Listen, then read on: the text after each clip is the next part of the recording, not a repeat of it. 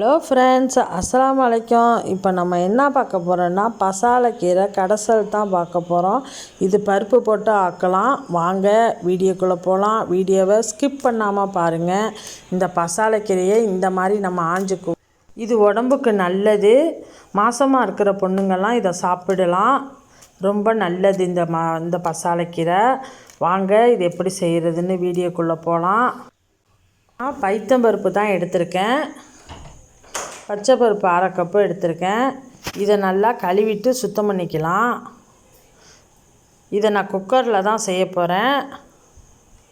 நல்லா கழுவிட்டு ஒரு 2 டம்ளர் தண்ணி ஊற்றிடுங்க. பச்சை மிளகா 2 போட்டுக்கலாம். சின்ன வெங்காயம் ஒரு 10 போட்டிருக்கேங்க. தக்காளி பழம் 1 போட்டிருக்கேன், குட்டி குட்டியாக அரிஞ்சு. இதில் மஞ்சள்தூள் 1 ஸ்பூன் போட்டுக்கலாம். மஞ்சள் தூள் 1 ஸ்பூன்,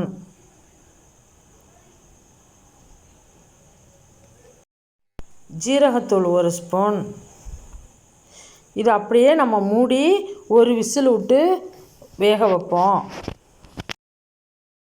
ஒரு விசில் விட்டால் போதும். இப்போ விசில்லாம் அடங்கிடுச்சு. பாருங்கள், பருப்பு நல்லா மலர்ந்து வெந்துருச்சு. இதில் நம்ம பசாலைக்கீரையை போட்டுக்கலாம். கீரை நல்லா கழுவிட்டு சுத்தம் பண்ணி வச்சுருக்கேன். அதை இதில் நம்ம போட்டுக்குவோம். இதை இப்போ நம்ம மூடி போட்டுலாம் வேக வைக்கல, சும்மா தான் வேக வைக்க போகிறோம். இது ரொம்ப கொழப்பாக இருக்கும். அதனால் முருங்கைக்கீரை ஒரு புடி எடுத்திருக்கேன். அதையும் கழுவிட்டு இதோடு சேர்த்துக்கலாம். முருங்கைக்கீரை போட்டால் ரொம்ப வளவளப்பு இருக்காது. அதுக்கு தான் முருங்கைக்கீரை ஒரு பொடி போட்டிருக்கேன்.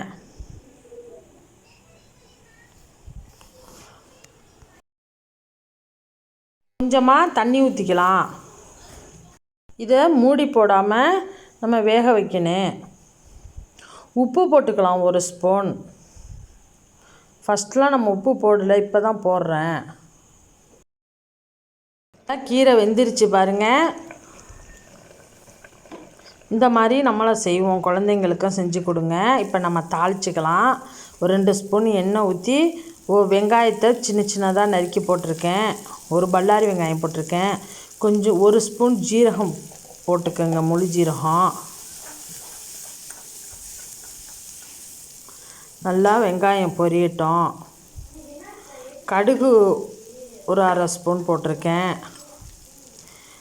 காரத்துக்கு ஒரு 1/2 ஸ்பூன் மிளகாய்த்தூள் போட்டிருக்கேன். ஏற்கனவே பச்சை மிளகா போட்டிருக்கோம். நல்லா கிண்டி நம்ம கீரையில் கொட்டிட வேண்டிய வேலை தான் இருக்குது. நம்ம இந்த தாளிப்பை கீரையில் கொட்டிடுவோம். பாருங்கள், இப்போ அருமையான பசாலைக்கீரை ரெடி ஆயிடுச்சு. இதில் தேங்காய் ஒரு 2 ஸ்பூன் போட்டுக்கிறேன். அரைச்ச தேங்காய் 2 ஸ்பூன் போட்டுக்கலாம்.